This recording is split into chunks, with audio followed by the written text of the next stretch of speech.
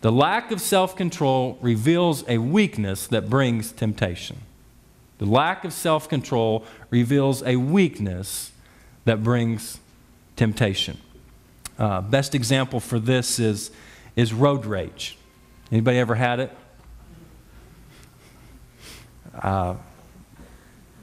This is something I repented over before I came here this morning. Here's what happens with lack of self-control. Sometimes, and have you ever noticed it's always like young women? Have you ever noticed? It's always young women. I'm just saying. And you know it's true. That they drive like maniacs.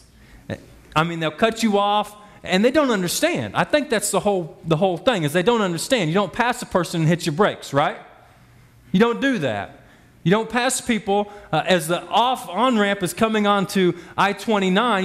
You don't get on the right side whenever a semi is trying to come on. They don't understand these things, right? Right? Guys understand. Guys understand. They do. Come on. I'm just being honest. They understand. One thing that I did when I was first married to Emily is my dad was a trucker for a while, so you kind of understand these things. Is when a truck passes you, you blink your headlights to know they're clear, right? And I did that, and Emily goes, well, what's that? It's just proof that guys understand how to drive. It's road language. But young women, and God loves you, so don't get upset with yourself. They don't understand. So here's what happens when I have fits of road rage. It's like, boom! I'm so angry at you. You know what? You know the first words that come to my mouth? They're not church words.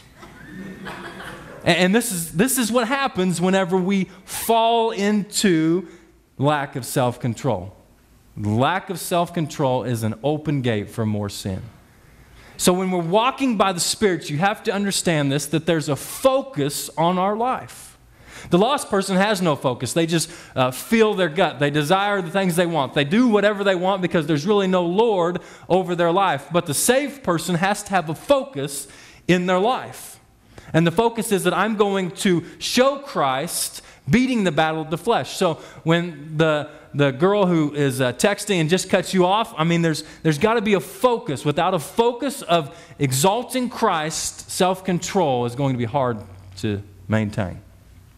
Lack of self-control brings embarrassment to you and to Christ. Anybody been embarrassed because they could not control their temper?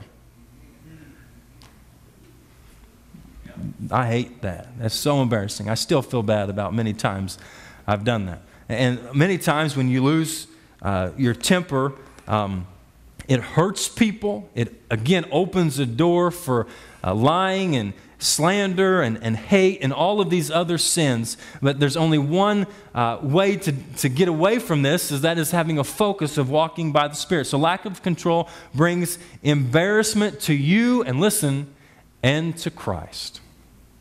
I don't know how many times growing up, we grew up in the county seat or church, so at a ball game, there'd be a deacon watching his kid play basketball, just like profanity after profanity after profanity. And you know what people say who don't go to church? They say, man, he goes to the First Baptist. I know exactly how that church is. Lack of self-control embarrasses you and the name of Christ.